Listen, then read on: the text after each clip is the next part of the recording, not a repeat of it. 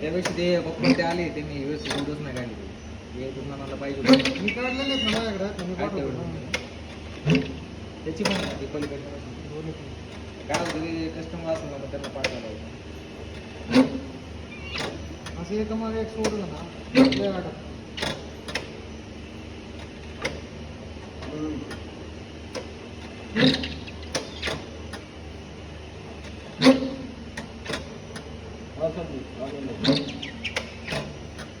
काय करायचं माहिती का ह्या म्हणजे 5 किलोला 150-200 ग्राम तेल टाकायचं रेग्युलर पेक्षा थोडं हां आणि वेगळेच ना गोळ्या आता हे जुनी झाली त्याला थोडं तेल लावा हाताने बरं का थोडं सगळ्यात गोळ्यांना ते पिठामध्ये हे करून इकडं आणा लगेच ते पण होतात चपाती ते लक्षात ठेवा त्या गोष्टी